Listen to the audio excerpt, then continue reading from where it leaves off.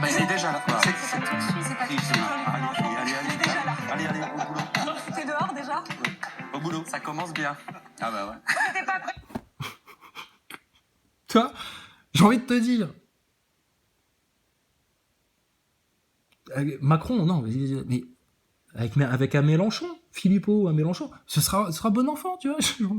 Mais Mélenchon, attention. Oh oui, cette petite graine de dictateur, lui. Oh putain. Alors lui, c'est le culte de la personnalité à mourir. Alors, regarde-le quand il se fait des trucs en hologramme, images de synthèse, etc. Putain, tu te croirais à la NASA, quoi. Mais Mélenchon, il a fait je pense que c'est dans C'est ce qu'il faut, hein. dans cette interview-là, où il était face à Patrick Cohen. Et puis, vu que vous nous traitez notre race à cause de notre croyance, qu'on est des méchants, qu'on est ceci, qu'on est cela. Ah mais c'est vraiment un squat Mais total. regardez, ils m'ont donné Ah ça pardon, avant. excusez-moi. C'était pas prévu, mais c'est comme ça, on est en direct, vous voyez.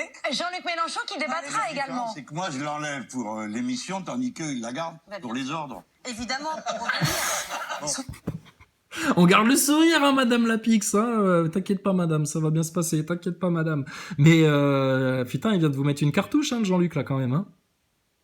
Tout franc-maçon qu'il est, là, il vient quand même de vous dire, vous, les journalistes, vous êtes un peu des salopes. Hein, désolé, je sais pas, c'est pas fait. Vous inquiétez, je n'insulte pas votre féminisme. Hein. C'est voilà, c'est parce que vous dites pas la vérité aux Français, et puis pour une poignée de dollars, vous êtes capable de faire les pires trucs à la télé, quoi. Jusqu'à aller balancer des fake news, quitte à tomber sous le coup de la loi 1881. C'est grave, c'est trop grave pour qu'on continue à se taire malgré la censure. Donc, tiens, en gros, t'es un vendu, en fait. Mais donc, dans cette interview-là, il y a... Ah tiens, j'avais pas vu ça. Dans cette interview-là, il y a Jean-Luc, qui est face à Cohen. Et puis alors, Cohen, tu sais, tu le connais, hein, petit sioniste casard, machin, lui, tu vas... Il est juif, lui? Patrick, tu es juif, Patrick? Viens parler d'Hachem avec nous. On est des chrétiens, nous, on veut juste parler de Dieu, d'amour, de pardon, de repentance. Teshuva. Viens, Patrick, discuter avec nous. Et on te ramènera des copains musulmans, tu verras, on peut parfaitement discuter de religion. Ça pose aucun problème. Aïe, aïe, aïe. Mais alors, fallait voir ce truc-là. Donc, Mélenchon dit... Attends, je vais te le retrouver, ça. Mélenchon qui parle avec Cohen, et puis... Ah ben voilà, c'est là. Si vous êtes française ou français, vous savez sûrement que l'État peut financer vos formations. Mais oui, une dette énorme, il finance tout. Il finance même notre vaccination. Il est trop gentil, l'État. Alors, excusez-moi de mettre les pieds dans le plat, mais... D'où ma question sur le droit à l'islamophobie. Non, mais je vais vous dire, est-ce qu'on a le droit à la fait Alors, c'est surréaliste, les débats qu'ils ont. On est au bord de la Troisième Guerre mondiale, qui n'aura pas finalement été provoquée par les musulmans, mais par un quiproquo entre les États-Unis et la Russie, parce que les États-Unis, ils trouvent pas ça normal qu'on les laisse pas s'étendre encore plus, tu vois. Quand même, on est partout chez nous dans le monde. Plan Marshall, non? Bon, alors, maintenant on veut l'Ukraine. Pour faire chier les Russes, pour vous faire chier. Bon, d'accord. Puis les Russes, au bout d'un moment, eux, ils en ont un peu marre. Et puis, quelque part, eux, ils sont aussi dans le plan, tu sais. Enfin, bref. La stratégie du chaos. Donc, les musulmans, au final, c'est eux qui vous auront déclenché la Troisième Guerre mondiale? Non. C'est les musulmans qui vous ont refilé le coco? Non. Bon, c'est les musulmans qui vous ont confiné chez vous, interdit de boire de l'alcool, sauf si tu te mets assis, interdit d'aller danser avec des femmes en boîte de nuit, interdit d'aller au café, interdit tout ça. Hein? C'est des vilains islamistes qui vous ont interdit tout votre savoir-vivre à la française, là? Non. Vous voulez être interdit tout seul, hein, en obéissant à de la non-science, à de la superstition, à de la supercherie. Mais ce couillon-là, il continue à te parler de ça. L'islam. C'est là. Alors, écoute bien, ce qui le gêne, en fait, c'est pas les croyants.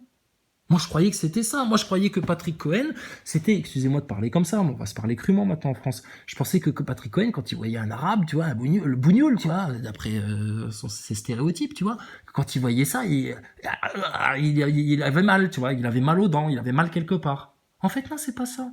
Il a aucun problème. Même avec les femmes voilées, les croyants, les croyantes, ça le dérange pas. C'est la religion qui l'embête. La religion. Aïe, aïe, aïe. Et là, Mélenchon, il va lui mettre une cartouche du siècle. Pas le droit à la judéophobie. Qu'est-ce que vous en pensez? Les personnes qui la pratiquent. Ça va de soi. Donc, est-ce que la laïcité qui nous donne le droit absolu d'aimer une religion nous donne aussi le droit de la... Alors, on a le droit absolu, d'aimer une religion. On n'aime pas une religion, on aime Dieu. Allah, Hachem, le tout miséricordieux, le Père éternel, le créateur de toutes choses. Dieu, avant toute chose, avant toi, avant mes enfants, avant mes parents, avant ma république, enfin ta république, c'est pas la mienne, avant ma nation, ça c'est la mienne par contre, avant la terre, avant les animaux, avant toute chose. Dieu, Allah, le créateur, le tout miséricordieux, le tout puissant, avant tout. Et la loi de Dieu qui nous impose de ne pas tuer les autres, de ne pas voler, de ne pas convoiter la femme de notre prochain, d'aimer notre prochain, de vivre en paix, de tout ça, de ne pas pratiquer l'usure, le bien. Ça pourrait être le paradis sur terre si on obéissait juste aux lois de Dieu.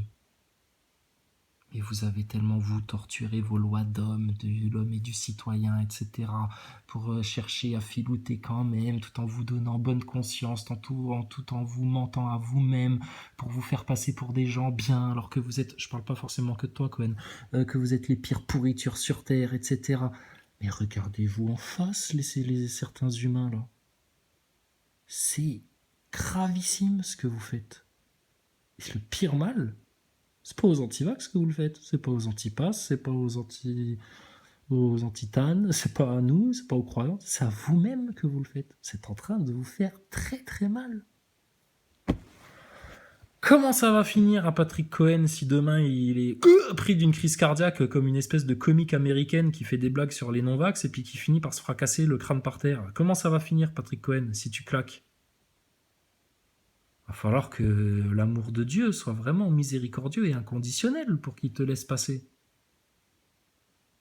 Toi qui étais aussi perfide, à essayer de foutre tes doigts dans les plaies, à colporter de la merde, etc. C'est quand même dramatique, ça. Puis t'en as pas marre de te prendre des hontes comme t'es en train de t'en prendre une par Jean-Luc le franc-maçon, en plus. Sioniste franc-maçon. Je te dis, laisse les hyènes se bouffer entre elles, hein. Regarde, c'est drôle. Détester pourvu qu'on ne rejette pas les personnes qui la pratiquent. Ça va de soi. Donc, c'est le droit à l'islamophobie? Comment? Non, alors on n'est pas obligé de détester les autres. Avec le sourire. Alors, vous avez vu comme je suis logique, monsieur Mélenchon? Un vrai mathématicien. À moi tout seul, j'aurais pu découvrir que la station spatiale et Thomas Pesquet n'étaient qu'une fraude. Regarde-le. Alors, raisonnement logique, donc on a le droit à l'islamophobie? Phobie, la peur. Est-ce qu'on a le droit d'avoir peur? Oui, t'as le droit d'avoir peur. T'as le droit même d'avoir tellement peur que tu seras capable de déclencher une guerre mondiale tellement t'as peur. T'as le droit d'avoir tellement peur que tu pourras maltraiter tes enfants et leur injecter un produit expérimental pour soulager ta peur. T'as peur. T'as tellement peur des complotistes que tu pourras tout faire pour leur salir la gueule, les censurer et parler à leur place, etc. et ne jamais discuter avec l'un d'entre eux. Tu peux avoir tellement peur d'un musulman, de l'islam, etc., que jamais tu viendras parler avec un vrai musulman bien pacifié, un savant de l'islam, qui a bien compris les choses, et qui est en paix avec les chrétiens et les juifs. Parce que tout est écrit dans le Coran, en fait. Hein. Pas besoin de s'énerver. Vous avez peur. Vous êtes dans la peur en permanence. Bon, tu devras avoir peur que d'une chose. La seule crainte qu'il faudrait avoir, celle qui apporte toute sagesse, c'est la crainte du jugement du Seigneur. C'est la crainte du jugement de celui qui nous a créés. C'est la crainte du jugement du Père. Que va faire notre Père de nous quand il va rentrer à la maison et qu'il va dire « Maintenant, on fait les comptes ». Et vous allez tous passer en file indienne et on va discuter les uns après les autres. Ça va durer longtemps, les yeux dans les yeux. Chacun son tour. Waouh. C'est ça qui me fait peur, moi. Parce que un jour j'ai fait comme Thomas Pesquet, je me suis masturbé. Alors du coup je flippe. J'ai fait des petites bêtises comme ça, mais c'est gravissime. En fait on se rend pas compte à quel point tout péché est grave. Tout péché c'est cautionné, c'est collaborer, c'est donner son autorité à Satan sur nous. C'est grave de faire ça. C'est grave. Effectivement, Jésus avait 100% raison. Il faut qu'on soit parfait comme notre Père est parfait. Et jamais s'arrêter. Et à chaque fois qu'on trébuchera ou qu'on tombe, eh ben, faut se relever. Parce que sinon, tu vas finir en enfer, Patrick. Et tu seras avec un autre Patrick. Patrick Bruel. Hein, et lui, il sera à la recherche de son orgueil et il te chantera des chansons tous les jours. Cassez les couilles! Cassez les couilles! Et vous serez entre sionistes, vous serez bien, aïe aïe aïe.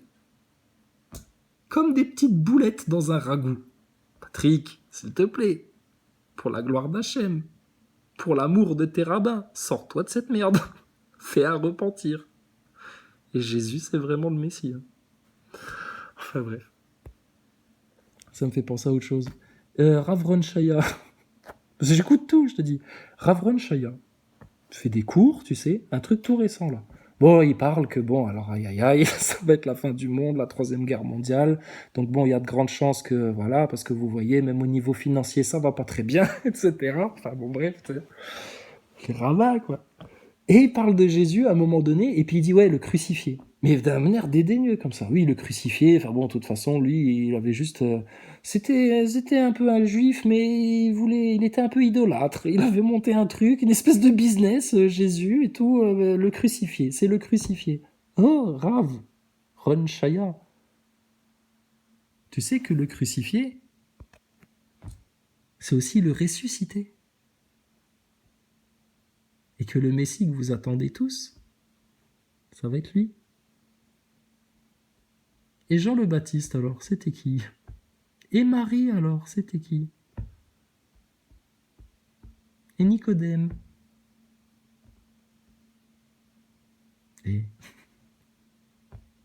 calmez-vous. Bon, alors, du coup, vous voyez, il n'y a aucune haine. Aucune haine.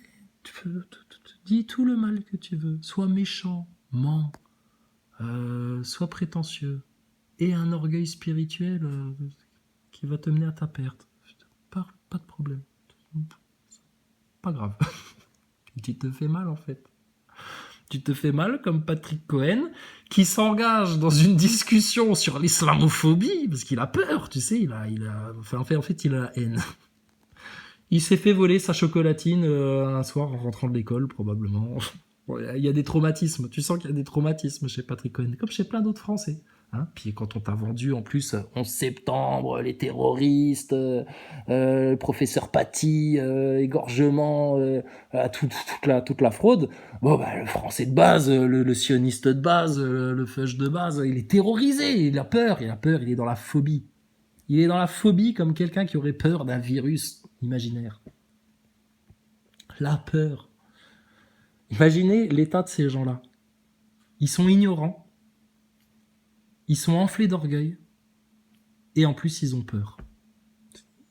Mets-les ensemble, regarde ce qui se passe. Et nous qui avons un peu conscience des choses, pas peur du tout, et puis beaucoup plus de conscience des choses que eux, tu vois, de connaissances, ben nous ça va en fait. Mais nous, on n'a pas le droit de s'exprimer parce que nous, c'est le mal. Mais c'est le mal parce que tu viens froisser leur orgueil. C'est comme l'autruche. L'autruche, il voudra jamais parler avec nous. Il voudra jamais parler avec les platistes. Parce que ça va froisser son orgueil. C'est des malades de l'orgueil, ces gens-là. Ils ont l'orgueil sensible. C'est des doudous. C'est des chétifs. Donc Patrick, il s'engage sur l'islamophobie.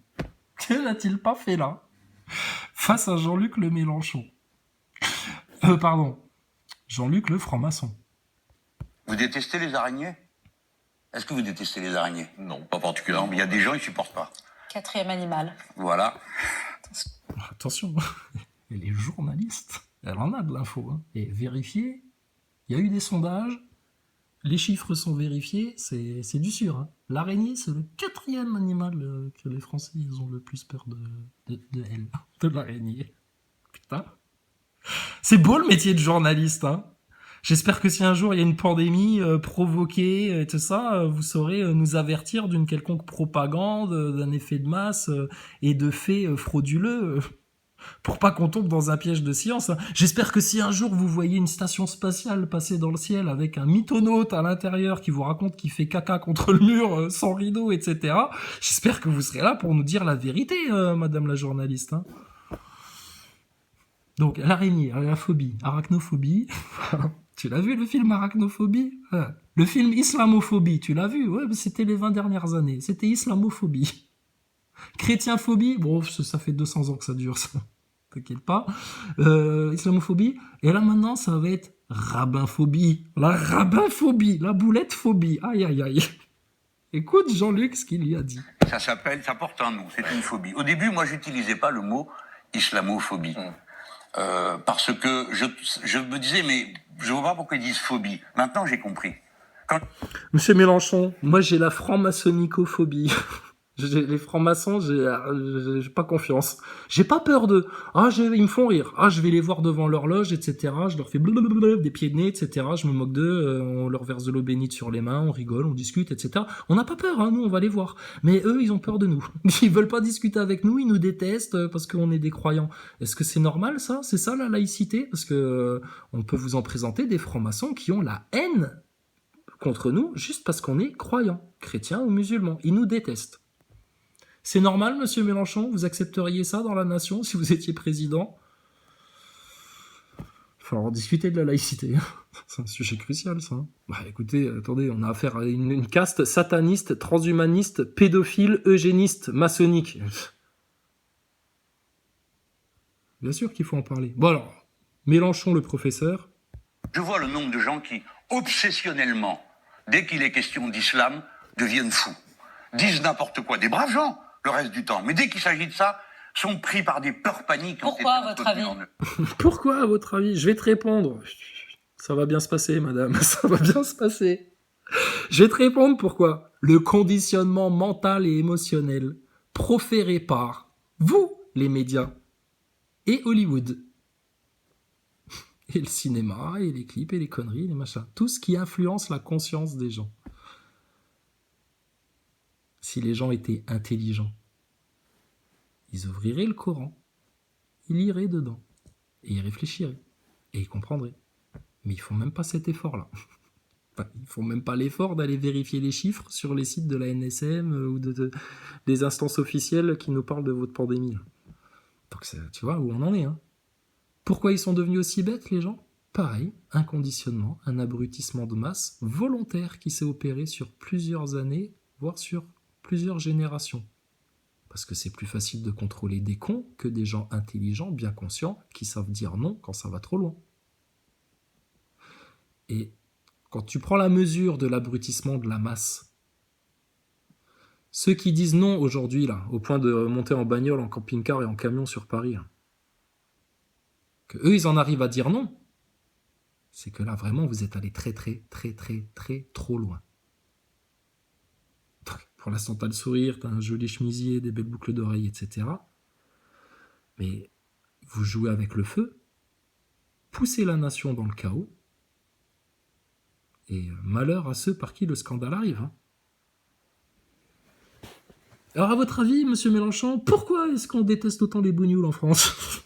La question, il faut parler crûment. Attendez, on est en France, faut se parler en vérité, c'est ça en fait. Pourquoi? Peut-être aussi parce que vous les avez laissés croupir dans des cités ayant bien essoré leurs parents qui vous ont servi de main-d'œuvre pour votre patronat à la française, hein, après avoir bien colonisé leur pays, et puis les avoir bien pris pour de la merde, et puis au final, ça a donné ça. Hein. C'est tout ce que vous vivez là maintenant, c'est les conséquences de vos erreurs passées. Demandez pardon pour vos erreurs passées. Faites un grand repentir. Et vous arrêterez d'en subir les conséquences. Parce que la pire des conséquences que vous allez subir de tout ça, c'est la colère de Dieu. Et quand la colère de Dieu va vous tomber dessus, vous n'êtes pas plus fort que les Égyptiens, vous n'êtes pas plus fort que le peuple d'avant le déluge. Vous allez vous faire balayer par le feu. Par la destruction totale. Juste pourquoi? Parce que vous n'avez même pas été capable de défendre les plus innocentes victimes, les enfants victimes des réseaux pédocriminels. Et que quand on vous dit pédosatanisme, vous rigolez de manière condescendante, c'est comme si on était des fous.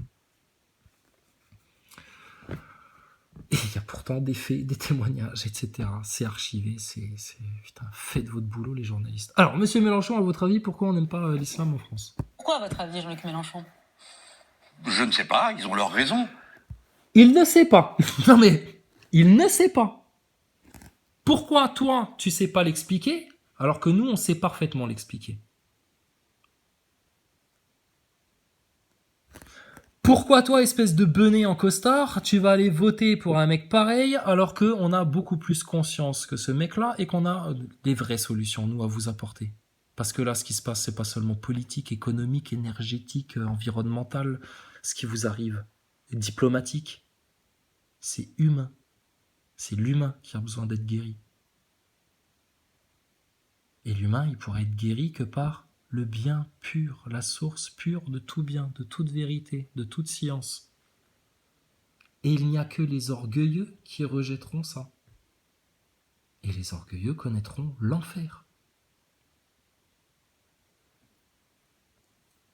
Mais de la tête de ces élus, et j'espère en être, Dieu ne fera pas tomber un seul cheveu.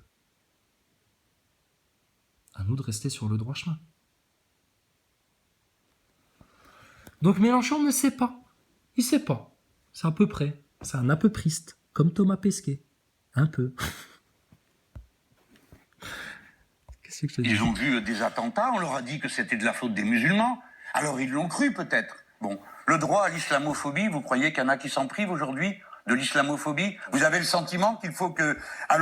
Oui, on connaît des amis francs-maçons à vous, ils ne s'en privent pas. Ils ne se privent pas non plus de christianophobie. Ah, ils nous crachent à la gueule, ils nous traitent de tous les noms, etc. Il y a aussi de la platistophobie. Ah, des gens qui s'intéressent à la géographie, à des incohérences géographiques, à certaines données scientifiques, et puis qui en déduisent que le globe qui tourne, l'héliocentrisme, est peut-être plus une vision d'esprit qu'une vraie réalité des choses, et qui aimeraient en discuter scientifiquement et sereinement avec des gens. Il y a une plastitophobie. Déteste les platistes en France. Il y a une complotostitophobie aussi. On déteste les complotistes. On a peur des complotistes. On a peur de parler avec des complotistes. Vous avez peur de beaucoup de choses en France, hein, c'est incroyable. Hein. Et pourtant, ceux dont vous devriez avoir le plus peur, ce que Macron est en train de vous faire tomber sur le coin de la gueule, vous n'en parlez qu'en superficialité, en vous en contentant, et puis parce que c'est au pouvoir, vous vous y soumettez avec manière obséquieuse. Mais c'est quand même incroyable ce qui vous arrive. Alors, l'occasion d'une campagne présidentielle, on vient ici dire « Oui, vous avez le droit de vous haïr, c'est une très bonne idée ». Non, Qu'est-ce c'est que un vous êtes en combat, train de- je pense à Charb qui était votre... alors ben oui, mais non, mais regarde, il s'énerve parce qu'il vient de lui dire une vérité. Tout Mélenchon qu'il est, hein. Je ne cautionne pas, moi quand il y a quelqu'un qui dit la vérité, je cautionne. Donc il t'a dit la vérité, là. Vous êtes là, vous avez envie que les gens se haïssent entre eux. Et vous faites tout pour. Parce que vous n'aimez pas certaines personnes, alors vous essayez de tout faire pour monter d'autres personnes contre ces personnes que vous détestez, etc. Putain, vous avez un problème psychiatrique, les neuneux, là. Vous ne vivez pas dans l'amour, vous ne vivez pas dans le dialogue, vous ne vivez pas dans la vérité. Et ça vous énerve d'être comme ça. Et comme vous vous sentez vide et que vous vous détestez vous-même, vous voudriez que tous les autres se détestent et vous n'aimez pas les autres. Mais c'est un grave problème, ça, ce qui vous arrive. Parce qu'une humanité où il y a plein d'individus comme toi, Cohen, ça casse franchement les couilles. Et après, ça donne des gens qui sont à bout, là, et qui montent en bagnole à Paris, etc., qui viennent encore plus foutre le bordel. Mais maintenant, stop, ça. Faut parler en vérité en France. Arrêtez vos simagrées, sérieux. Qu'est-ce que t'as fait? T'as mis du beau maquillage, tu t'es fait une mise en pli pour passer à la télé, puis t'as mis un masque, etc. Mais c'est quoi le sens de vos vies, sérieux? C'est quoi le sens de vos vies? Pour voir des papas pareils palabrés avec autant de bassesse, mais franchement. Alors du coup, Cohen, il s'énerve parce que il se prend une première vérité. Vous êtes là pour que les gens se haïssent les uns les autres. Est-ce que c'est ça l'enjeu d'une campagne présidentielle? Bien sûr que non. Mais bon, c'est le climat ambiant sur toute la Terre. Pourquoi, à votre avis, monsieur Mélenchon, c'est comme ça? Ah mais je sais pas, bah, nous on sait, nous on sait. Satan, le diable, Iblis, la fin des temps. Camarade à qui vous avez rendu un hommage formidable, qui a fait une lettre ouverte aux idiots de l'islamophobie. Vous vous souvenez de son texte? Mais oui, puis il a le droit. C'est une démocratie, ce pays. On dit ce D'où qu'on ma veut. question sur le droit On à l'islam. critique. Oui, donc il a le droit. Puis écoute, qu'est-ce que tu veux que je te dise, moi? Moquez-vous. Moquez-vous de Dieu, des prophètes, des croyants. Faites donc. Ceux qui s'énervent et qui commencent à brûler, à vouloir vous tuer, machin, etc. C'est une poignée d'acteurs qu'on a été filmés au fin fond de l'Afghanistan pour faire bouillonner tous les médias occidentaux et puis créer l'islamophobie, la haine de la religion, la haine de la foi, la haine de tout ça. Mais ça n'existe pas. Et s'il y a un croyant que tu croises, musulman ou chrétien, à qui tu viens lui dire « Eh, ton Dieu, c'est de la merde !» et que le mec, il s'énerve, bah, c'est qu'il a encore du chemin à faire. Parce que, bah, logiquement, la paix sur toi, en fait. Tu dis ce que tu veux. Nous sommes beaucoup plus démocrates et beaucoup plus Charlie que vous, les athées.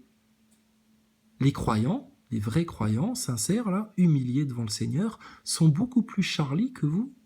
C'est vous qui avez un abcès au cul, là. Non, mais je vais vous dire, est-ce qu'on a le C'est-à-dire, droit à la en fait, judéo- de est-ce qu'on a le rejeter droit à la une religion. judéophobie? Qu'est-ce que vous en pensez? Oula.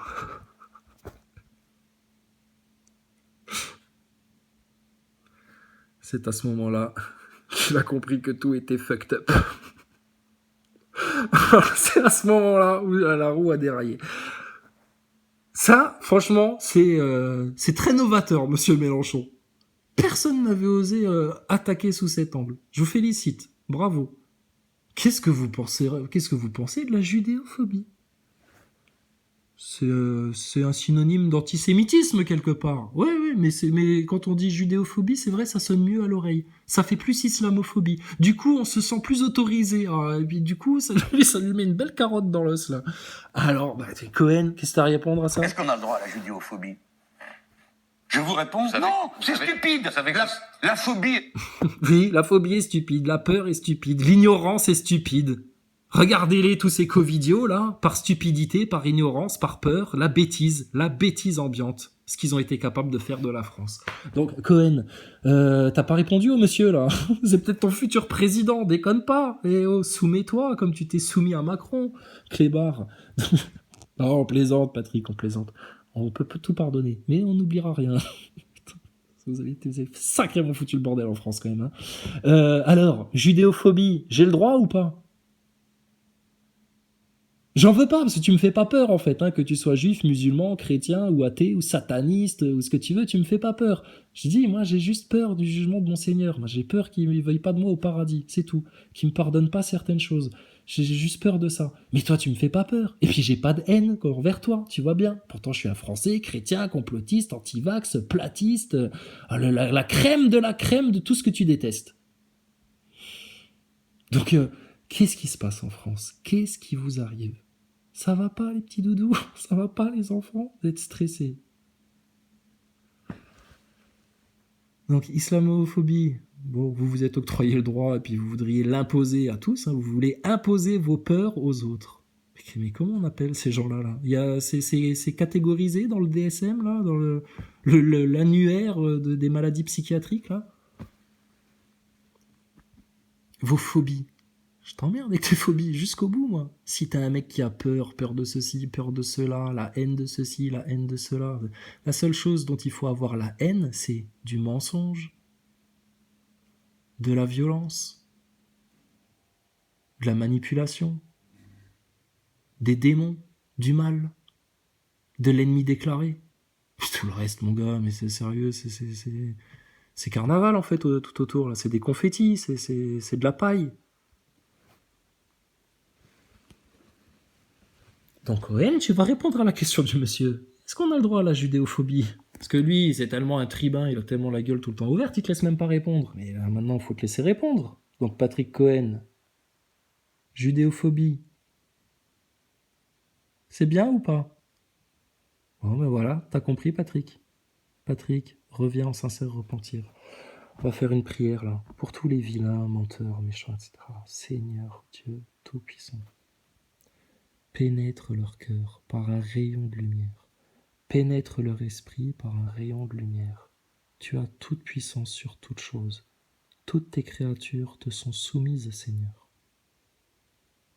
Donne-leur une inspiration pour qu'ils reviennent à la vérité, à l'humilité, à la paix, dans le doux nom de Jésus-Christ, à qui tu accordes tout, Seigneur.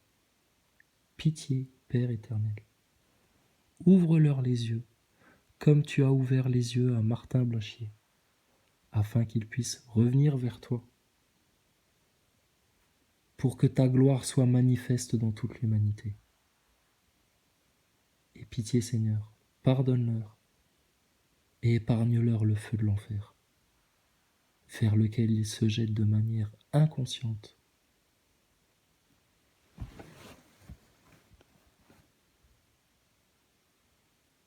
Et fais en sorte que tous les francs-maçons comprennent dans quelle secte ils sont tombés et se libèrent de leur secte et reviennent en toute humanité, en toute vérité, en vraie lumière divine vers leur Créateur, le seul, unique, véritable architecte de toute chose, le seul savant, le seul qui t'aime. Personne ne t'aime sur Terre, petit franc-maçon Nazaboy. Oh, les petits Nazaboy. Vos parents vous aiment pas, regardez, ils voulaient même pas vous voir à Noël parce que vous n'aviez pas encore votre passe, ils avaient peur, ils étaient dans la peur, la phobie, la peur. Personne ne vous aime sur Terre.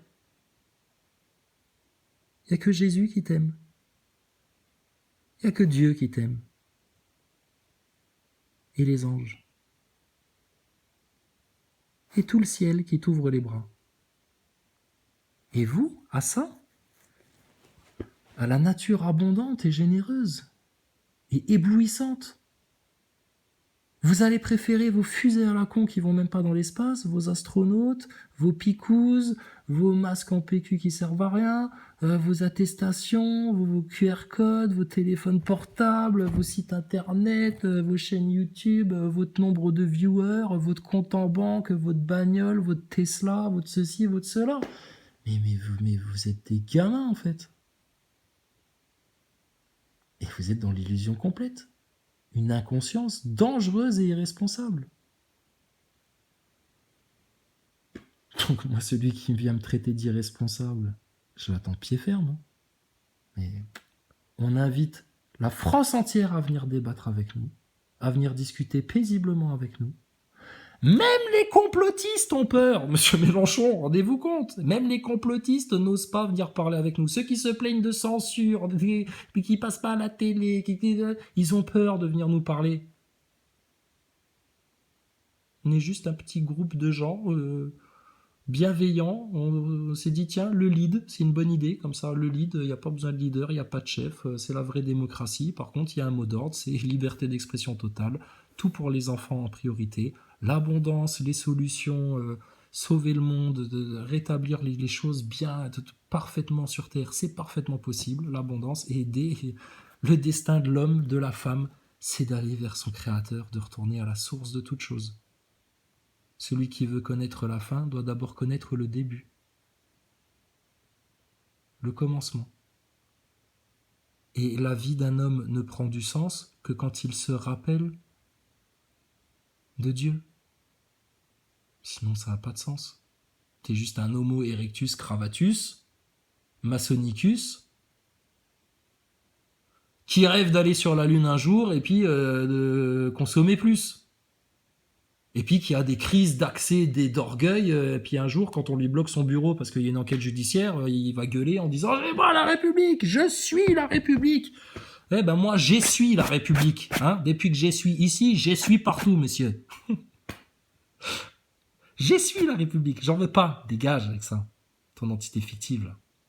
Qui ne sert à rien, qui opprime la France et les Français, qui leur ment sur leur histoire, sur leur temple, sur leur corps, sur leur existence, sur tout. Juste pour garder le pouvoir, juste pour servir un dessein qui est flou pour l'ensemble des francs-maçons, sauf pour la pointe de la pyramide, et nous on connaît le grand secret de la maçonnerie. L'œil au-dessus de la pyramide, on le connaît. Et c'est un ennemi déclaré, qui s'est lui-même déclaré comme notre ennemi. Hein. Parce que nous, à la base, on était des humains créés par le Seigneur, des petits bébés, On comprenait rien. Par contre, la racine, la graine, le petit grain là, qui est venu faire ensemencer tout le mal, le premier grain d'ivré là, qui a pollué tout le champ là, tout le jardin, c'est l'orgueil. Satan, par orgueil, a fait commettre à Adam un péché. Par orgueil. C'est que l'orgueil, même je te dis, un atome d'orgueil, c'est l'enfer assuré. Et regardez autour de vous, s'il n'y a que ça, plein d'orgueil, plein d'orgueil. Même les enfants sont dans l'orgueil. Bref, dernière anecdote rigolote. Bon, on va passer à autre chose, hein, monsieur Marchand. Mais bon, vous essayez de comprendre, vous arrivez à comprendre. Là, franchement, vous n'allez pas vous en sortir, sinon.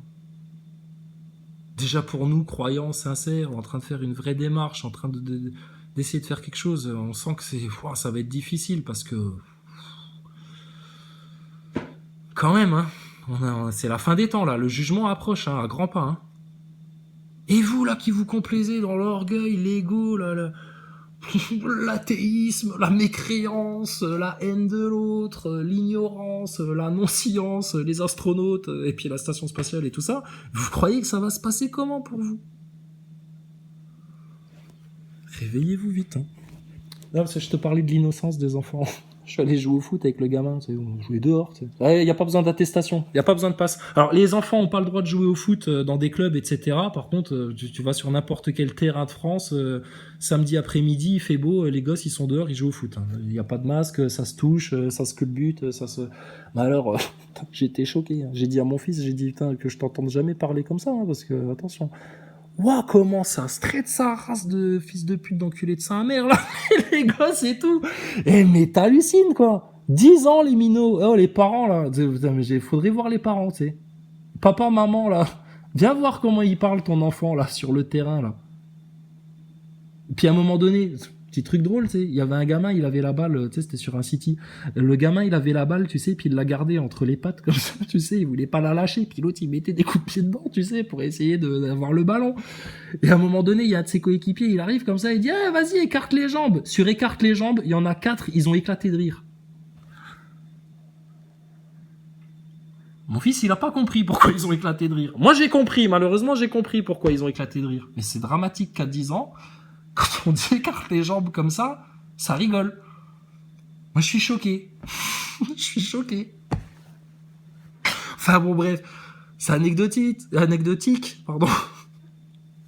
Mais ce serait quand même plus pratique si maintenant on remettait un petit peu de vertu, hein, dans cette société, un petit peu de bien-être, un petit peu de joie, un petit peu de bon sens, et puis qu'on remettait les choses au carré.